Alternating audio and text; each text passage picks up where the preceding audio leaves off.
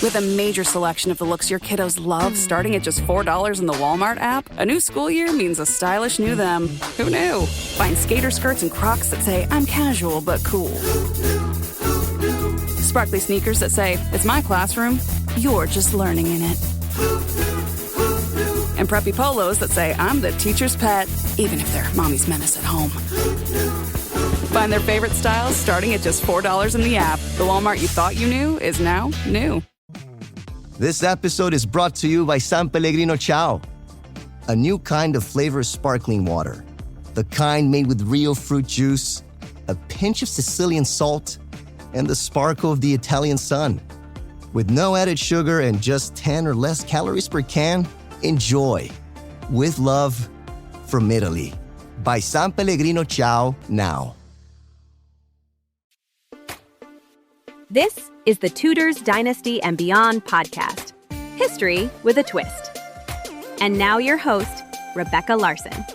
Hello and welcome back to Tudors Dynasty and Beyond. I am your host, Rebecca Larson, and today I'm very pleased to welcome back again, Helene Harrison. Welcome. Hi, thanks for having me back, Rebecca. It's always a joy to talk to you. Well, I love talking to you because I feel like we can talk about anything when it comes to the Tudors, really. Yeah, that's usually how it ends up. Yes. Well, today we're talking about a subject that I feel I've been talking about a lot more on the show is Anne Boleyn. But we know how much people love Anne Boleyn and love her history. And you have a book that's coming out. When is this book coming out? Well, it was due out on the 31st of July, but it's actually been released on the 15th. So it's actually out now. It's just been released last week. So oh, wonderful. And it's called The Many Faces of Anne Boleyn, right? Yes. Okay, so my first question to you, because I was trying to think, I'm like, how can we start this conversation today? So what how do I want to ask this question? I don't even know how I want to ask it, but what does that mean to you, The Many Faces of Anne Boleyn? Well, the title actually is taken from the title of my master's dissertation, which I wrote back in 2012, 2013. And it was after a discussion with my supervisor, who was really, really fantastic through the whole thing of writing this dissertation. And we just realized that often Anne Boleyn is sort of pigeonholed. She's either, a religious reformer, she's Henry VIII's mistress, she's mother to Elizabeth. And it's not very often in fictional portrayals, especially, that you see everything come together at once. There's often focuses on very different aspects of our life. And so I wanted to examine all of these different facets of Anne Boleyn, the different faces that we often see of her. Yeah, I think that's a great idea. So before we go into them more detailed, why don't you let the audience know kind of the different categories that this falls into?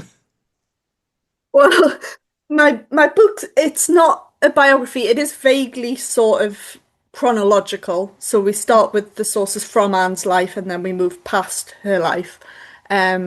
So I start by examining her portraiture and image, with the ones that we know are her, the ones that are suspected to be her. So I go through all of that. And then I move on to looking at Anne as mistress. We go through Anne as queen and mother, Anne as a traitor, and then Anne as a reformer we look at. And then we sort of move past her life. We look at Anne through foreign eyes, so I focus a lot on the letters of Chapuis in there, naturally. But then we look at Anne as a tragic heroine, which is sort of how the Victorians portrayed her. And then we move into the 20th century, so there's film on the small screen, in novels, and then I finish with a look at the historiography around Anne and what historians think of her. Okay, I'm going to start in a different weird place that I normally wouldn't start. I want to start with Anne in film and TV, because I feel like most people who are watching or listening right now are familiar with some of the different movies and series, and maybe this is a good way to warm up into a bigger conversation. But when I think of Anne in film, right, the first one that comes to mind is Anne of a Thousand Days. Yes, I have to say that is Geneviève Bujold is my favorite Anne Boleyn. I have to say that. Just fantastic. And it's beautifully shot, the film, and I think that really helps as well. How do you think they did in portraying Anne in that film? It's not an entirely rounded, and we don't see much of, for instance, her religious reformism. We don't sort of get a lot of that angle. But I think we really get her fire and her passion and her temper, which we know she had. She was this fiery, outspoken woman, is what the sources tell us. And I think Bujold did a really, really good job in portraying that. Um, and I like as well that we get to see the Henry Percy saga play out because we don't often get that on screen. So I really, really enjoyed seeing that. And of course, the costumes in that are amazing as well. And I think the whole way it's been shot with the costumes, that it was shot at Hever as well. I think it just helps to tell Anne's story. Yeah, I agree. Versus, if we then look in comparison to the other Boleyn girl, which we know is based off of a Philippa Gregory novel. Novel. Can we stress enough? It's a novel. That one, the film is good. It's filmed well. The acting is good, all of that. But I really had a hard time with Natalie Portman as Anne Boleyn. And I guess I didn't, that's one book of Philippa Gregory's that I never read. So I don't know if the book and the film were similar or not. Yeah, I have read the book a couple of times over the years. And in the book, I explicitly didn't want to discuss the novel and the film of the same thing. So for The Other Boleyn Girl, I do focus on the film. And for Wolf Hall, I focus on the TV series because there are so many other novels that I wanted to discuss that I decided to focus on the film and TV portrayals of those ones. But yeah, I agree. I wasn't a big fan of Natalie Portman as Anne Boleyn. I actually loved Scarlett Johansson as Mary Boleyn. I thought that was a great portrayal, and it was nice to see Mary Boleyn get more screen time. But yeah, I wasn't a big fan of Natalie Portman's portrayal, and I've never been able to quite put my finger on what it is that I don't like. But one scene that I can't even bear to watch at times is the one where she asks her brother to sleep with her. Oh, yeah. I'm just like, no, no, no, I don't believe that ever happened. And it's just cringeworthy. It's something that I can't watch. And I don't know if that maybe just turns me off the whole of Natalie Portman's performance, just because that is just such a horrible scene to watch. It is a horrible. I'm glad you used the word cringe because that's exactly what I was thinking as you were talking about. I was like, it was so cringy. Just Yeah, it was. And I don't know if I'm perhaps influenced too much by that scene into not liking the rest of Portman's performance. Yeah. It's difficult to put enough distance in there to figure out what it is that I don't like. Yeah. Well, I know for a fact, and this is kind of off topic, but it's still Philippa Gregory, that I loved her book, The White Queen. Absolutely loved it. But then when The White Princess came out, I hated it because there was all of this weird stuff with Elizabeth of York and Henry VII. And I was like, oh my gosh, like you just ruined this story. And I couldn't even watch the series because I just felt like, I don't know, it was too far-fetched or too fictionalized or something. I couldn't do it. Yeah, I did. I enjoyed the White Queen TV series, but I have to say I wasn't enamored by the novel.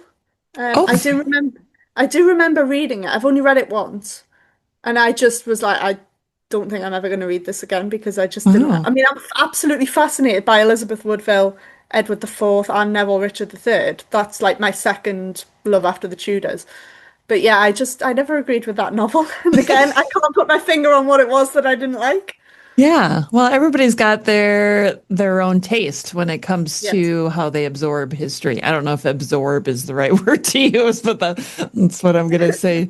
Okay, so now I want to shift to Wolf Hall because I absolutely loved Claire Foy as Yes. Anne Boleyn. Like she to me did the best job of any actress I have ever seen in the role. And I think my favorite part about it is she seemed to have how I imagined Anne's mannerisms to be.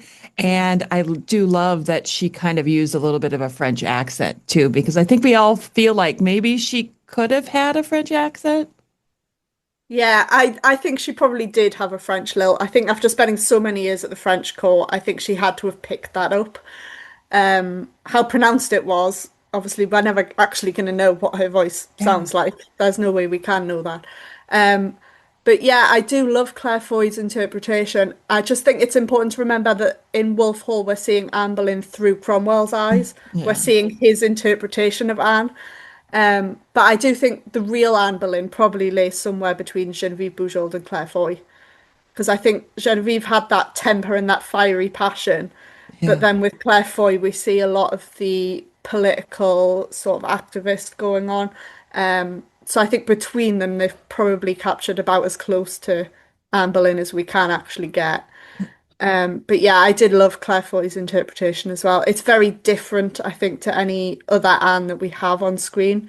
And I think that's important because a lot of the Annes we have are very sexualized. I think Natalie Dormer in particular comes to mind in that one. Yeah. But yeah, I think with Claire Foy we see more of the sort of political, and we don't really see the religious side. We get sort of hints with the Holy Maid of Kent and things like that, which who appear in it. But yeah, I think we're probably getting close to sort of the real Anne and sort of the mix of interpretations that we have. I did like Natalie Dormer, and of course that was before Claire Foy played Anne Boleyn. But Natalie Dormer was just different, and everything that she did in that series while she was on it, it just felt like a different version of Anne. But you're right, she was very sexualized in that. That almost seemed to be the focus of her story, wasn't it? Yeah, and I mean, Natalie Dormer was sort of my first on-screen Anne. She was the first one I saw. And The Tudors is still a complete guilty pleasure for me to watch, I have to say. I still love that show. And actually analysing The Tudors for this book, it's surprising how many of the primary sources actually made their way into that series. The researchers obviously had done their research. We get the actual love letters being quoted, and various other sort of bits and pieces are quoted directly in the series. So I was surprised at how much of it is actually based on the contemporary evidence. But obviously there is a lot of drama and there's a lot of sex sort of added, obviously for entertainment purposes, which, you know, we can't forget that that's largely what these dramas are made for, is entertainment. They're not made to educate people. No, sex sells too. So we all know. We all know that. Okay, so my question for you then, Helen, is if you could have anyone play Anne Boleyn, who would you want? Ryan Reynolds here from Mint Mobile. With the price of just about everything going up, we thought we'd bring our prices down. So to help us, we brought in a reverse auctioneer, which is apparently a thing.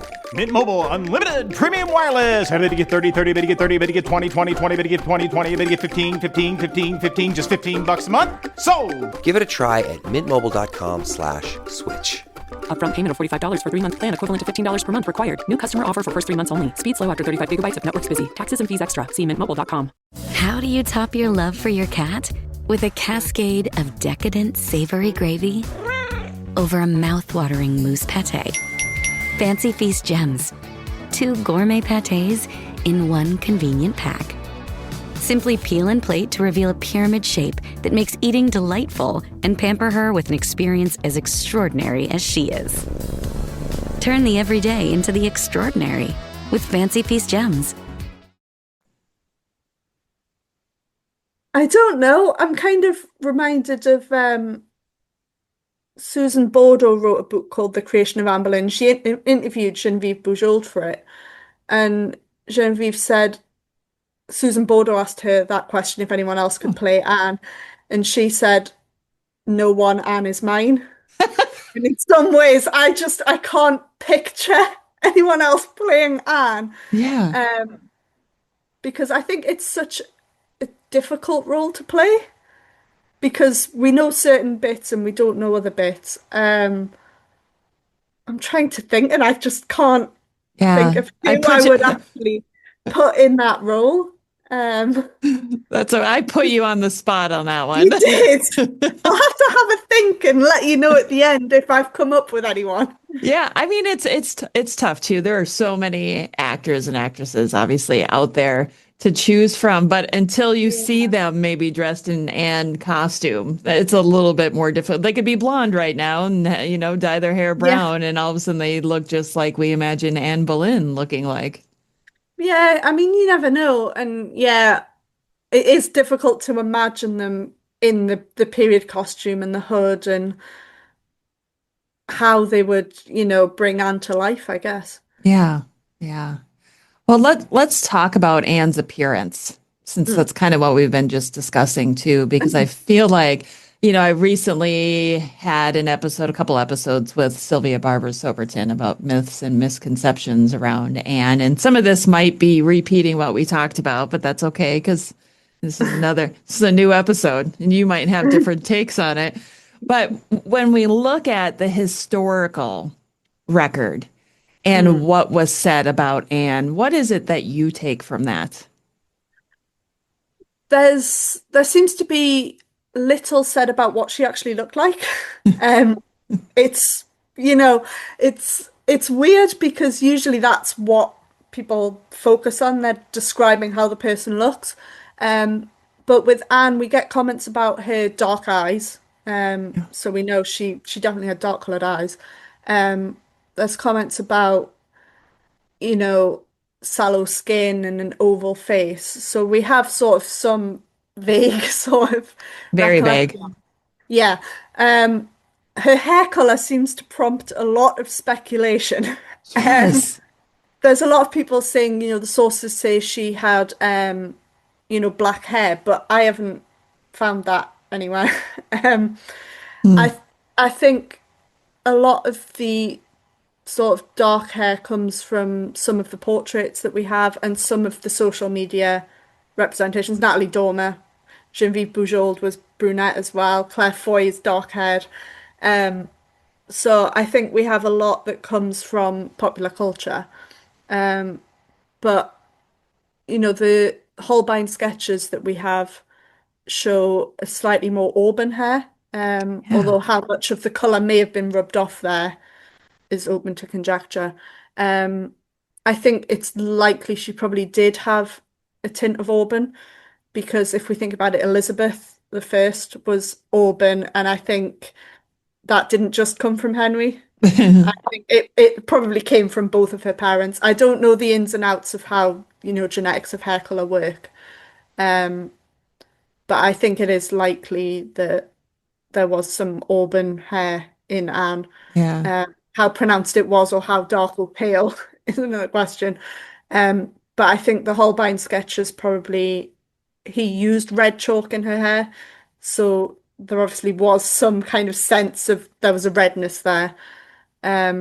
So yeah, I mean, most of the contemporary descriptions we have of Anne focus on her wit and sort of how she came to life rather than what she actually looked like. Yes. Yes, Yeah. that's so okay. So I have two things. I obviously am a redhead. As I get older, it's becoming more and more blonde, but I am a redhead. And in my family, both of my parents are brunettes. My siblings are either blonde or brunette, and I am the only redhead in the family. Right? Interesting. Yes, Yeah. yeah. So it's so hard to say genetics wise how that all works out because I think it's just a recessive gene in my family because when my brother grows a beard, there's red in his beard. I was just the lucky one who got blessed with the red the red hair. Yeah. But I think it's possible that she had like a dark auburn. Yeah, because we do know that Holbein, is likely to have sketched Anne, and I think the Windsor portrait likely is Anne, and there is red chalk used in that sketch. And I think Holbein, given, his other portraits and his other sketches, was incredibly observant. And I don't think he would have used red chalk in Anne's hair if there wasn't some semblance of red in her Yeah. hair.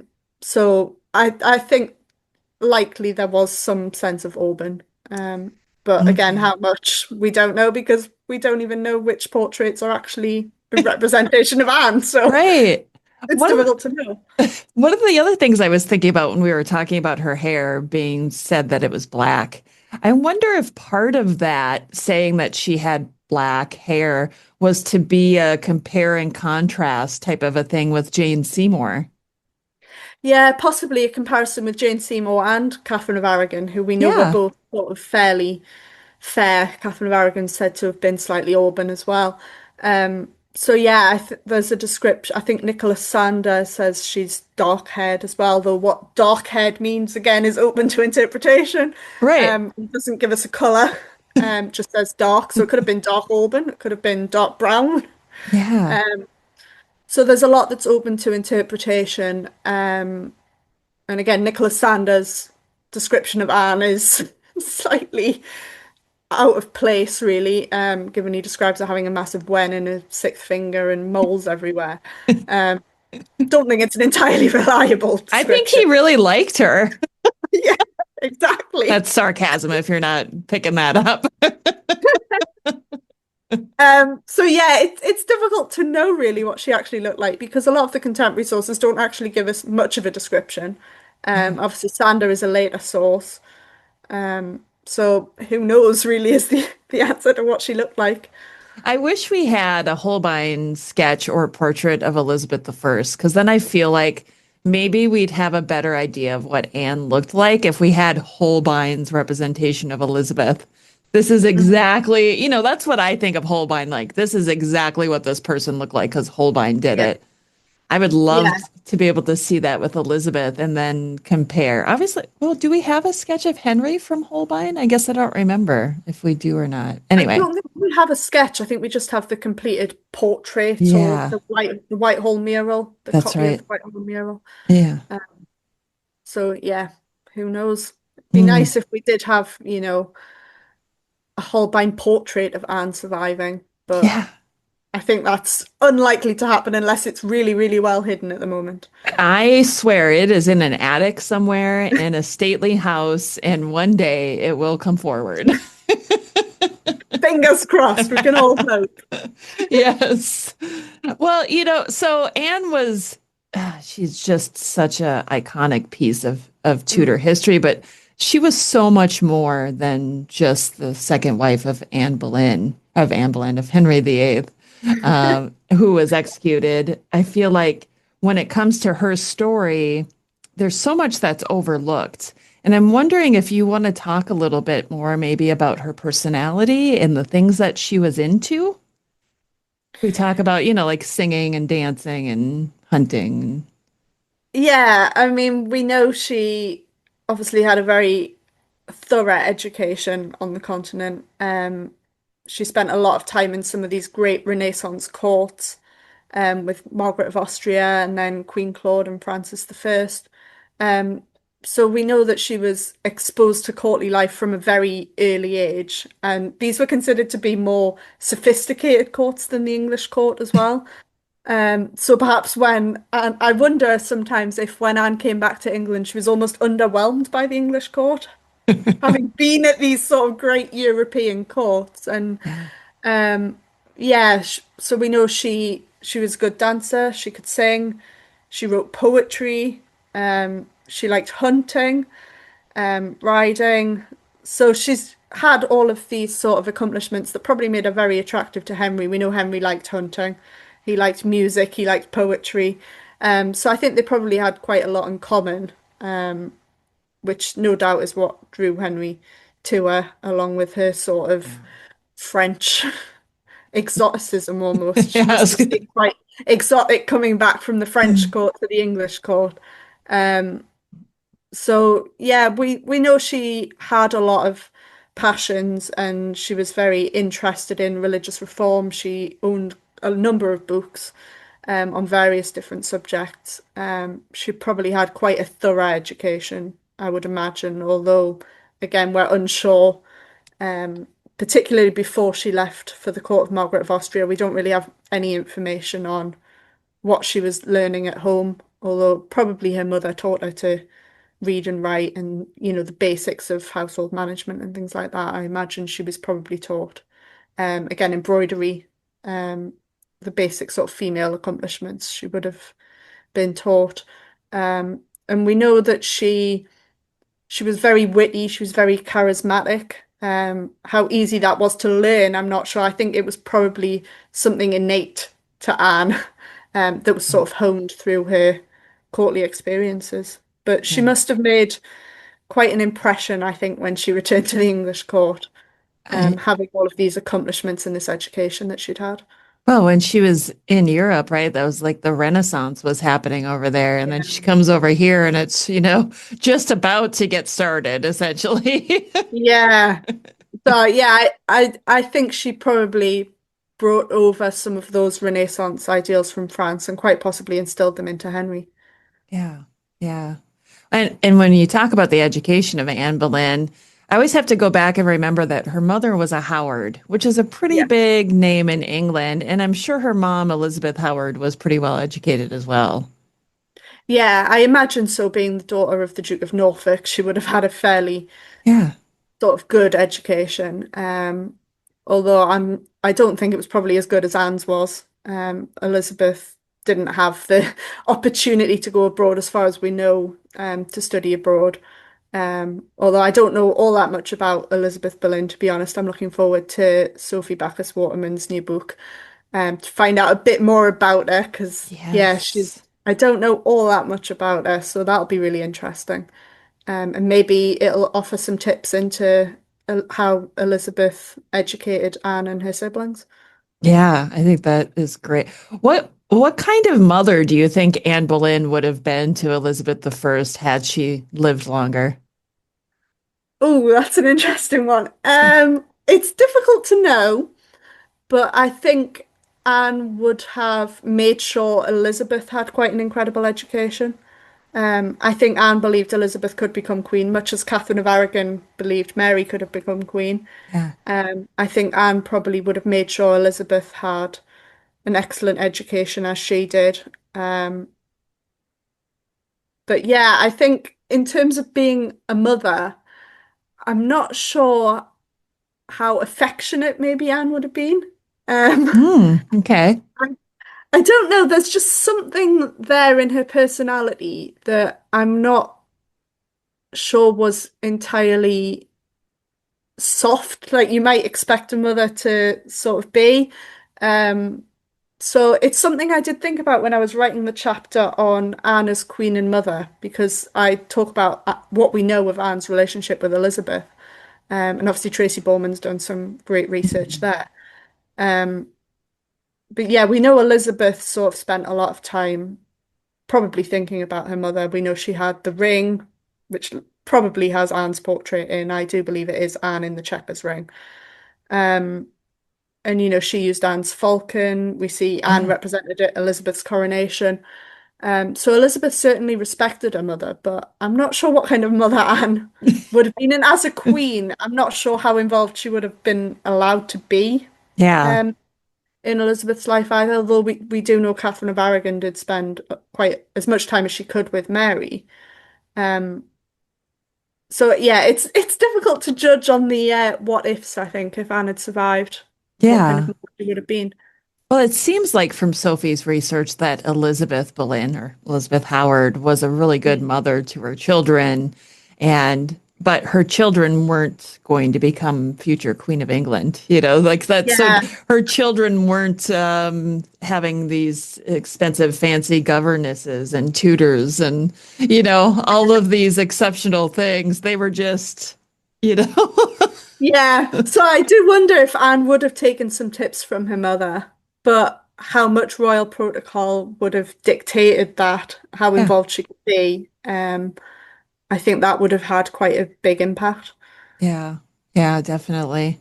Well, now that we're kind of here, let's talk about Anne as queen and how she was perceived and anything else that you think might be interesting to share, because I think this is such an interesting part of her story because, they get married and she's going to have her coronation and she's pregnant. And it seems like everything that I've seen, and I am not an Anne Boleyn expert, so I'm just going to put that out there, but everything I've seen, it makes it seem like she was not warmly welcomed by the English subjects.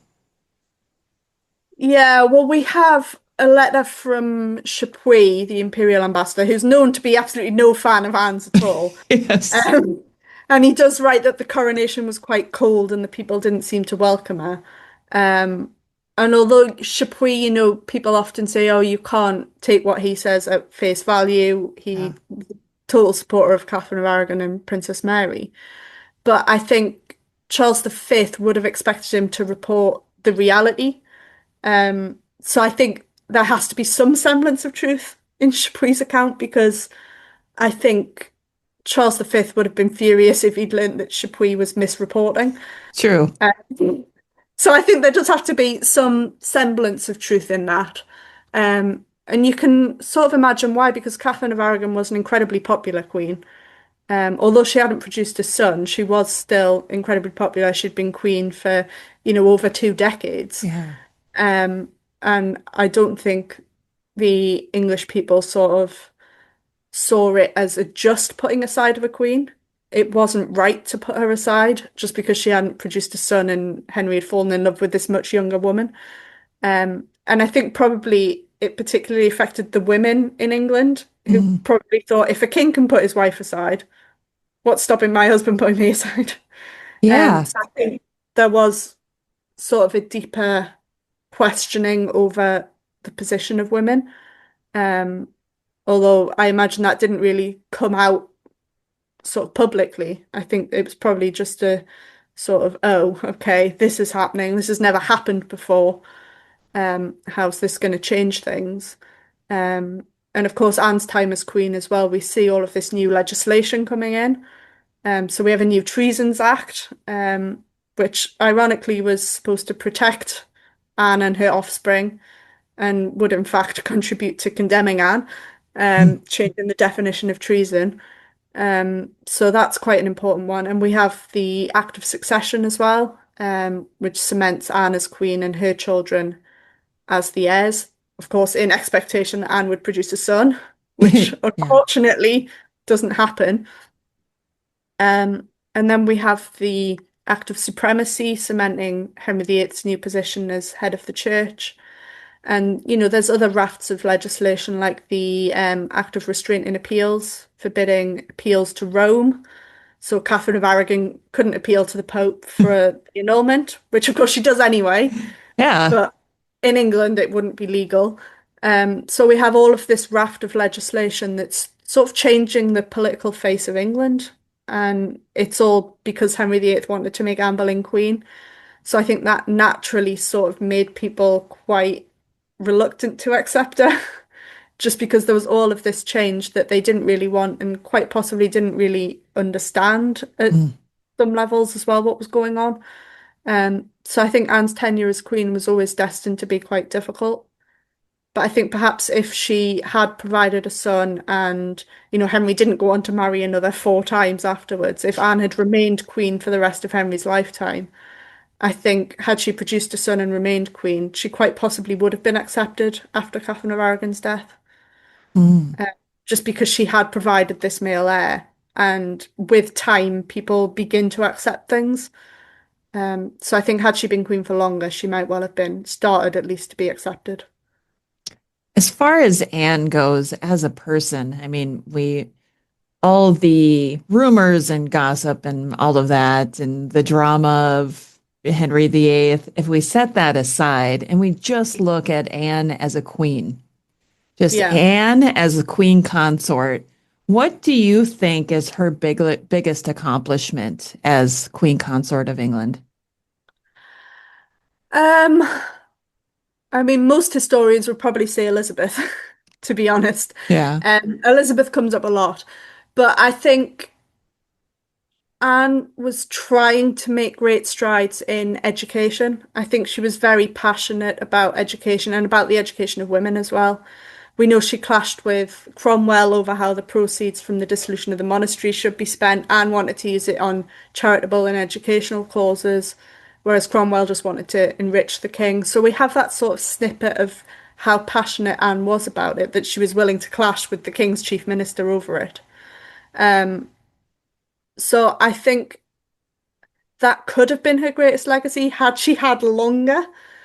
but because she only had 3 years, I think it's difficult to narrow it down to being more than Elizabeth, because with hindsight, we know that Elizabeth was successful, and as much as she faced huge opposition and rebellion throughout her reign, Yeah.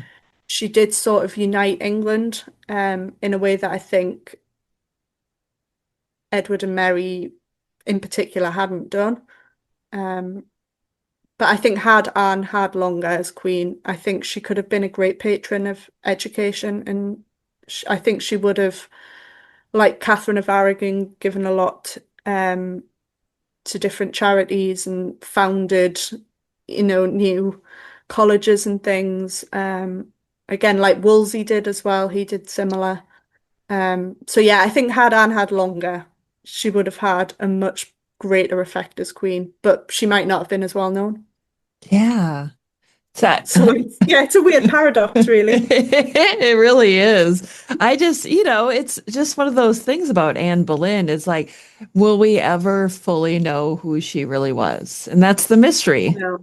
I don't think we can ever fully know people who lived 500 years ago. There's always going to be something that's missing from the puzzle. Yeah, yeah. Just like I will never fully know Thomas Seymour. I'd like to think I know him better than most people do, but it's, we're just going off of records to tell us, or stories that people tell, and that is not a full picture. We're basically only going down off what's been written down. Yeah. We're missing anything that hasn't effectively been written down or recorded. Why didn't these people just keep a lot diary? of the most important things is what's going on in someone's head and their mind. And yes. I'm never going to know that. I think we should just start this trend now that everybody keeps a diary and writes about everything that happens during every day of their life. I do already keep a diary, but I don't think anyone would actually be interested in it. I'm just saying, you never know, right? Did Anne Boleyn know that people were going to care about her life after?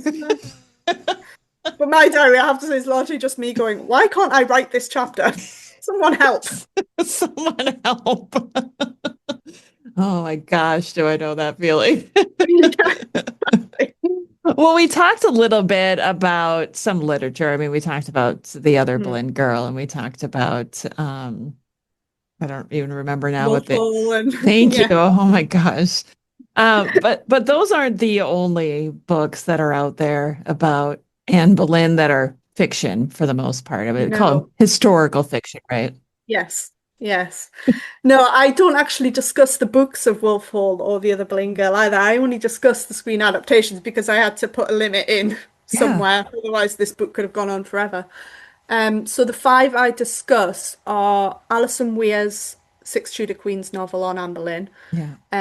Susanna Dunn's The Queen of Subtleties, which is one that I read years and years ago and hadn't really thought about until it came to writing this book. So that was quite an interesting one to go back to. I then discussed Jean Plady's Murder Most Royal because I am a huge fan of Jean Plady and couldn't leave that one out. And then the other 2 I discuss are a bit left field and ones that people might not have heard of. So one's an alternate history. It's called The Boleyn King by Laura Anderson. I think Laura Anderson's her name. I'd have to double check that.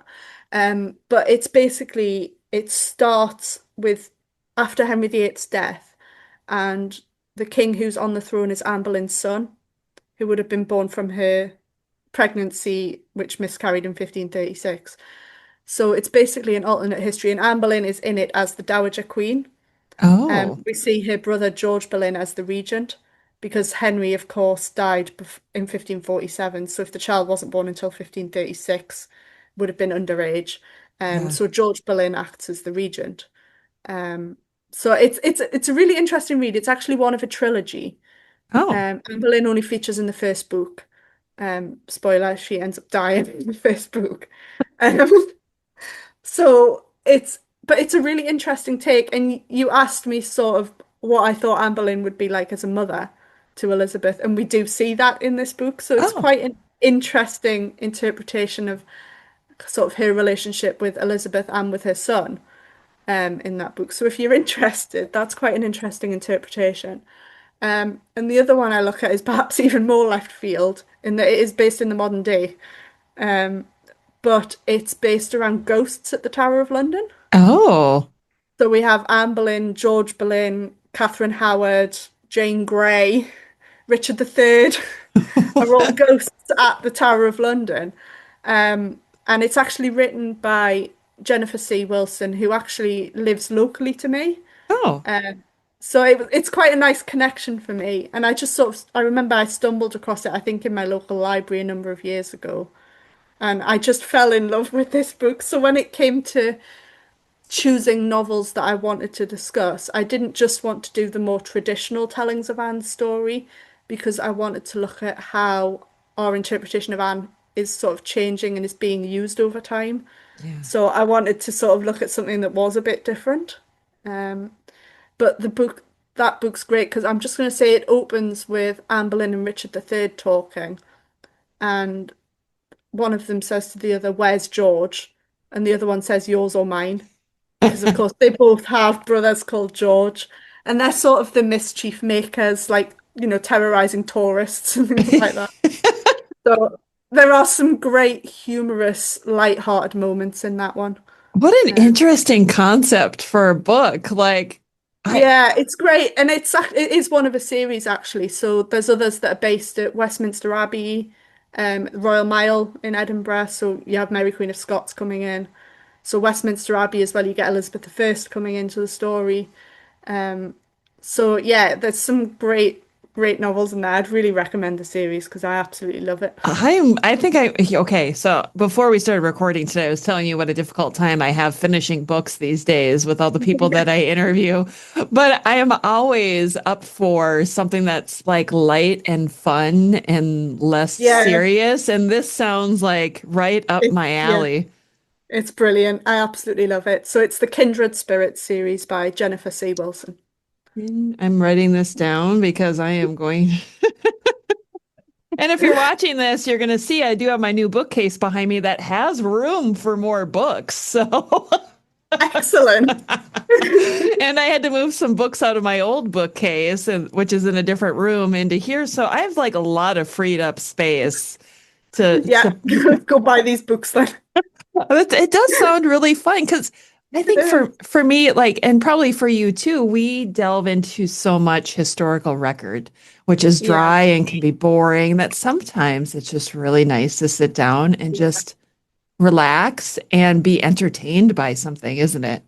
Yeah, I think as well that's partly why I have enjoyed writing this book on Anne Boleyn so much, is that I'm not just looking at the contemporary sources. I can delve in and out of film and TV and novels, so I get breaks from some of the sort of drier sources that I'm looking at. Yeah. And if I'm getting frustrated with one source, I can go and binge a couple of episodes of the Tudors or something. And, you know, so it's been quite a fun one to write, this one, because it's very different from the other books I've written. Do you feel like this one was a little easier to write? In a way it was, because I had my dissertations to work from. That was my sort of focal starting point, was my undergraduate and my master's dissertations. And then it just sort of expanded outwards. But in a way it was difficult because I could have written so much more. And I had to keep sort of pulling myself back. Like I could easily have written an entire chapter just on Showtime's The Tudors, for instance. But I was like, I can't do that. I haven't got the space to be doing that. So yeah, in some ways it was easier because I already had a lot of the background material that I already knew. But in some ways, it was so much harder because I really, really had to pull myself back into what I was writing. There was a lot of thing going on to get it under the word count. I feel like I understand that better now. And the things that you want to include, but sometimes you stand back and you go, what does this bring the piece if I add this? Or am I just adding it because I want you to know that I know this? Yeah, you do really, really have to prune things down. I did for this one. This one particularly was a challenge with getting it into the word count. Yes. Oh my gosh. Writing is not easy. I'm just going to say that. And you have written several books. So I'm always like in awe over people like you who can sit down and punch out a book and get it published. And you're already starting on the second one, and then you're on the third one, and it amazes me what you can accomplish. And you work too. It's not like you're doing this. I work full time as well. Yeah. Well, my head is just going to explode any day. So just watch out for that. I know this is off topic, but I feel like other people will relate to this. Like, how do you find time? Like, where do you fit it in your day to do this part of your passion? Honestly, I have no idea. Um, I just don't know how it works. So yeah, I work full time at an academic library. I mean, luckily, I work from home at least part of the week each week, which cuts out the commuting time to and from work. Um, but yeah, I mean, I spend most of my weekends writing, my weeknights researching. How I find any time to cross stitch is still beyond me. Um, I think I use that to just relax and take some time out of the research. But yeah, it could almost be a full-time job if I didn't actually have to work full-time to, pay the Yeah. bills. Um, so yeah, to be honest, I don't know how I fit it in, but I managed to fit it in, so I'm not going to complain about that. Yeah, that it's amazing. And it is so important. I'm glad that you said that too about doing cross stitch and stuff. It's so important to not get burnt out when you're Mm, doing this type of work because it can just get overwhelming. And I yeah, think I've had days where I'm like, whoa, I've been working on this for 2 days straight and I feel like my brain is fried and I just need to do something different with it. So I like to do word searches. That's like my yeah, mindless activity as I sit down with my word search notebook and just start circling words and I go, this is this is exactly what and I'm sure other writers have similar now yeah. I'm kind of all over the place again. I'm sorry, but now I'm curious. Like I want to hear from other writers. Like, what do you do to disconnect Yeah. and let your brain relax a little bit? I have to say I do enjoy word searches and Sudokus as well. I often like do them before bed because I don't want to have the television on Yeah. before wind down. So yeah, it is really important to relax because I do find that I get burnt out pretty easily. And I don't know if that's to do with me being autistic that I do burn out more easily. Sure. Um, but yeah, and just with all the chaos that's going on in my life at the moment, having just had a load of work done on my flat, I just feel very upside down at the minute. So Yeah. I feel it more in need of relaxation than ever before. But luckily, I have just finished the full manuscript for my fourth book, so hopefully, I have at least some time before I need to delve into the editing. Oh my gosh. Have we talked about what the topic of that book is yet? Yeah, I haven't announced. I have announced it on social media, and I think I did mention it in our last chat because our last chat was actually about the topic of my fourth book. So No, I see. I feel like I've talked to you so many times now. I don't even remember all the we things. talked about with the It's Great Matter, the love Oh, triangle. yes. I'll just remind you what we talked about. Thank It's you. fine. You guys, seriously, I try so hard to remember every single conversation, but once you You go, talk to so many people, you can't keep up with everyone. somebody said to me the other day, have you done an episode on this subject? And I'm like, oh my gosh, I've done over 500 episodes. I can't possibly remember every single one. I try to hold something from each one because it's also a learning experience for me. When I Yeah. talk to people like you, this is your passion. This is something that you've researched. And so I'm just here like a sponge and I just want to absorb everything that you have to say. So I think the way that I want to end this episode today, and I want you to explain to the audience how the perception of Anne has changed from her lifetime to now. Yeah, that's quite a big question to It finish is. with. Um, so this is kind of what I explore through the book, which is why I wanted to do it largely chronologically. Um, I mean, obviously there's some sources that fit in at various points, but so we start with sort of the book starts with really Anne's first letter. So we have this letter she wrote in around 1512, 1513 when she was at the court of Margaret of Austria. And we have, Margaret of Austria saying how much she enjoys Anne's company. She writes to Thomas Boleyn, Anne's father, to say how much she's grateful that he sent Anne over to her. So we have this sort of perception of a woman who shows incredible promise. I mean, she's only 12, 13 at the time, if we take her date birth as 1501, which is what I believe. But that's a different question. Yes. Um, But we have this woman who she's growing up, she's sort of seems very passionate about learning things. In her letter, she writes about how her French is improving and that she's written this letter all on her own. So we have this sort of glimpse into this woman who's looking forward to coming back to the English court and to entering court life. And then it sort of goes quiet for a bit. We don't really have sort of Anne then appearing again in the sources until 1522 when she's back in England, and she appears at the Chateau pageant. And then again, we have another sort of quiet period where we sort of think the Henry Percy affair happens, and we only really have George Cavendish as a sort of primary source for this. And then we're sort of into Henry VIII sending her love letters, and we have this sort of point of view of Anne almost on a pedestal at this point.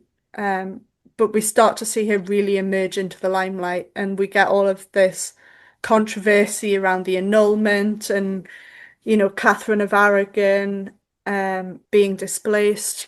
So we then have a lot of different people expressing opinions on Anne, and they're not generally positive.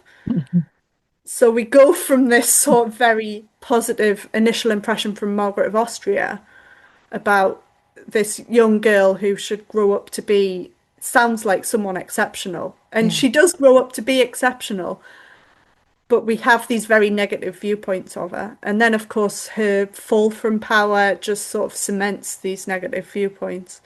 But we do have a semblance, even Chapuis admits that he doubts the veracity of the charges against her. So even Chapuis is doubting what's been said.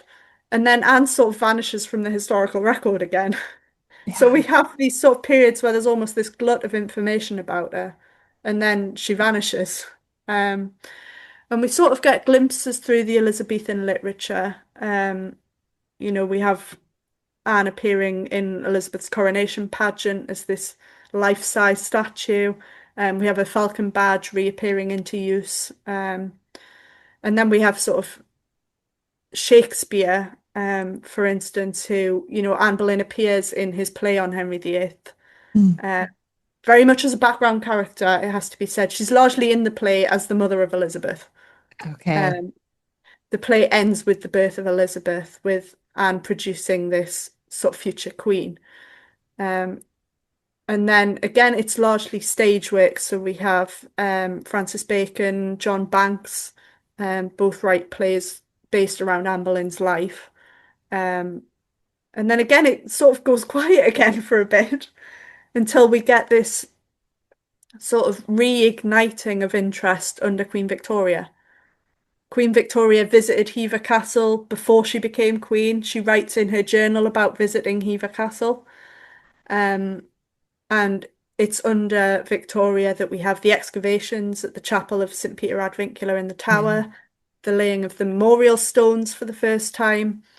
And then we're into the 20th century, and there's this sort of, we have the interest in film. 1933, we have The Private Lives of Henry VIII, which is one of the very first sort of fictional, I guess, portrayals that we have, except the stage ones, but it's one of the first sort of 20th century fictional ones that sort of almost starts this interest that we still have today. And then, we're sort of into Anne of the Thousand Days, and then the 1970 Six Wives of Henry VIII adaptations. And we start to see Anne emerge a lot more out of the shadows at this point. We have all of these very different interpretations. We sort of see Anne as a temptress, as a seductress, sort of a political almost manipulator. So it's very interesting to sort of examine how the screen interpretations have then developed. And then we have the novels coming in as well. And I think the most recent one I cover in the book is Six the Musical, where obviously we're seeing again a very, very different interpretation of Anne. And of course we have Anne Boleyn the musical launching at Hever next month as well. not sure I'll get to see it, but I'm looking forward to seeing reviews of that and seeing again how Anne's still being reinterpreted today. Yeah. It's interesting when you brought up Victoria, right? Because we always cringe when it comes to the Victorians. But after you just said all what you just said about Victoria and her finding interest in it, it makes me realize that maybe we have Queen Victoria to thank for the interest that we have in Tudor history present day. Yeah, I think quite possibly we do. I mean, you mentioned the Victorians, and people tend to go for Agnes Strickland. It's one of the first things that people tend to think of. And I do discuss Agnes Strickland's work with her sister in the book. But yeah, I was interested to find just how deep Victoria's interest seemed to be. And it seems to have been from, an early age when she was still a princess visiting Hever. And of course, we know Prince Albert had a lot of interest in architecture and buildings. So I think that no doubt played a role in the excavations at the chapel as well. Because I imagine I'm not an expert on Victoria by any means, but I imagine Albert probably had quite a big influence on Victoria. We know she mourned him for a really, really long time after he died, which suggests they were very, very close. So I imagine there was a lot of influence from Albert in sort of doing the excavations, and perhaps Victoria wanted to remember Albert in that way by combining sort of the passion that she seems to have developed for Anne Boleyn with Albert's interest in architecture and saving these historic buildings. So the moral of the story is maybe we shouldn't be so tough on the Victorians. Possibly. I mean, it's something I'm quite interested in looking into further, to be honest, the sort of Victorian connection. I'm seeing a book 5. I'm already actually commissioned for book 5. So that topic's already nailed down, I'm afraid. All right. Well, now we just gave the idea to somebody else. Keep an eye on my Substack, and maybe I'll do a bit more research in the future in that direction. Yeah, that would be a little easier way, wouldn't it, to be able to write it for Substack instead of to do an entire book, and then you can get little pieces out. Given I'm not sure how much there actually is, having just sort of, I think, scratched the surface for this book. We'll see. We'll see what happens. Helen, it has been a joy today to talk to you about the many faces of Anne Boleyn, and I know we just scratched the surface today too. There's definitely, I think I could have easily doubled the length of this book, to be honest, but time constraints and word counts. Yeah. So why don't we end this then by you selling your book to Anne Boleyn fans? Why do Anne Boleyn fans need this book? Well, I think it's different to anything else that's been written. I mean, we have, Stephanie Russo wrote a brilliant book about the afterlives of Anne Boleyn, which covers, some of the same sources that I cover. But I think looking at it in this way through the different faces is a unique approach that I hope people really enjoy. I mean, the reviews so far have been getting absolutely brilliant. So it seems like people are enjoying my work. And I hope if anyone else does have an interest in Anne Boleyn, that they'll consider looking the book up. And, you can always get in touch with me and let me know if you agree or disagree with some of the conclusions that I've drawn. Yeah, I love it. And of course, I'm going to include links in the show notes, like always, for this book and all of your books, because I highly recommend you go out and buy all of them. Thank you very much for that. Yes. Well, Helen, thank you again for coming on the show with me today. And I'm sure we'll have you back again in the near future. I hope so. Thanks very much for having me, Rebecca. Thanks for listening to Tudors Dynasty and Beyond. If you enjoyed the episode, please take a moment to follow or subscribe wherever you're listening so you never miss a new release. And if you loved it, leave a quick review. It helps more history lovers find the show. Want to support the podcast and get bonus content? Head to patreon.com/Tudors Dynasty. You can also find the link in the show notes of this episode. Join the conversation with Rebecca on social media at Tudors Dynasty. Until next time.